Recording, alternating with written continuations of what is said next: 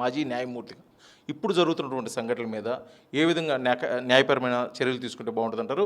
ఈ అరెస్టులు కరెక్ట్ కాదా అని మీరు భావిస్తున్నారు? అరెస్ట్ కరెక్టా కాదని నేను చెప్పటం లేదండి. ప్రభుత్వం ఉంది లా అండ్ ఆర్డర్ని మెయింటైన్ చేయడానికి. నిన్న జరిగినటువంటి సంఘటనలో ఒక మాజీ మంత్రి ఇంటి మీద అన్ని వేల మంది పడి, ఒకవేళ అంబటి రాంబాబు అనేటువంటి వ్యక్తి తప్పు చేసి ఉంటే చట్టం ప్రకారం అరెస్ట్ చేయాలి, లోపల పెట్టాలి, విచారణ చేయాలి. తప్పు చేసి ఉంటే శిక్ష అనుభవిస్తాడు. అది వదిలేసి ఒక మాజీ మంత్రి ఇంటి మీదకి అన్ని వేల మంది కార్యకర్తలు వెళ్ళి దాడి చేయటం అది ప్రజాస్వామ్యమా? అది ప్రభుత్వమా? మరి దీన్ని ప్రభుత్వం టెర్రరిజం అని అనకూడదా?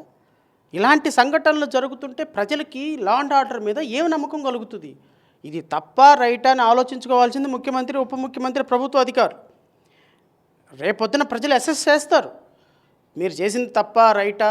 న్యాయపరంగా నేనేం చేస్తాను? న్యాయపరంగా అంబటి రాంబాబు వెళ్తాడు, ఆయన చూసుకుంటాడు. నా మీదకి వస్తే నేను చూసుకుంటా. కానీ రాష్ట్రంలో జరుగుతున్నటువంటి ప్రభుత్వం యొక్క కార్యక్రమాలు పోలీసులు ఏ కూటమి ప్రభుత్వ నాయకుడి యొక్క చర్యలు నిలువరించే పరిస్థితి లేదు. నిన్న దగ్గరుండి పోలీసులు అంబటి రాంబాబు ఇంటి మీద దాడి చేయించారు. దగ్గరుండి పోలీసులు జోగి రమేష్ ఇంటి మీద దాడి చేయించారు.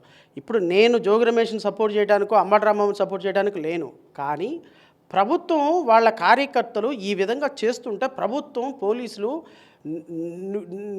నిల్చొని చూస్తూ వాళ్ళని ఎంకరేజ్ చేస్తుంటే అది ప్రభుత్వం అని అంటామా? అది డెమోక్రసీ అంటామా? ఇది ప్రజలకు ఏ విధమైన సంకేతం వెళ్తుందో ఒకసారి ఆలోచించుకోమంటున్నాను.